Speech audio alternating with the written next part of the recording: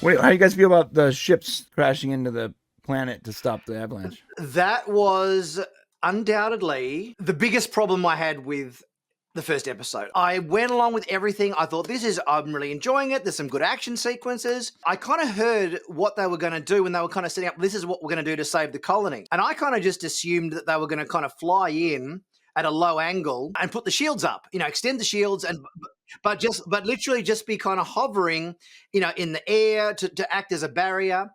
And then they crashed friggin' nose first down into the dirt. It's like, what the hell? Seriously, who okayed this as a course of action that would be plausible? And have you seen Generations at the end with the NC-1701D on Iridium 3? How that ended up?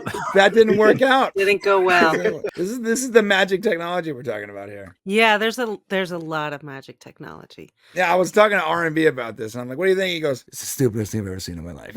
I'm like, it's got to be something stupider than that, but it was pretty absurd. The low angle shield thing would have made way more sense to me, and it would have been a really cool maneuver where they would have had to have synced up in a way that matched. It would have been dangerous, but not deadly. Like, this just looks deadly.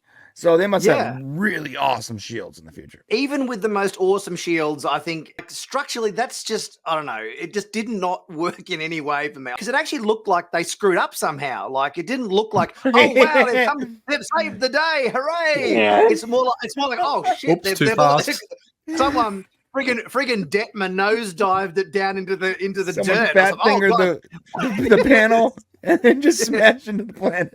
Someone's completely screwed up here. But seriously, I just thought they're going to come in, swoop in, and like whether they're going to come in and turn or just break and then extend the shields. I thought that would have been cool. You know what would have been cool? Imagine if they came in, they braked, pointed nose to nose, extended their shields, and took the brunt of the avalanche. It would have been an amazing shot. It would have required teamwork, but instead they just both smashed into the ground. I mean, I have a lot of affection for Discovery, but you do just have to kind of keep filling in the gaps yourself with the science, with the tech. I'm a Star Trek fan through and through. Like, I love Star Trek. I have a hard time with Discovery because it's very difficult to defend at times. Discovery sometimes has things where it's like, well, that's just unexplainable. There's no way for me to explain that canonically, so I just have to disconnect my brain for that moment. And that's okay. I mean, that's entertainment in a way. And if people like it, that's great too.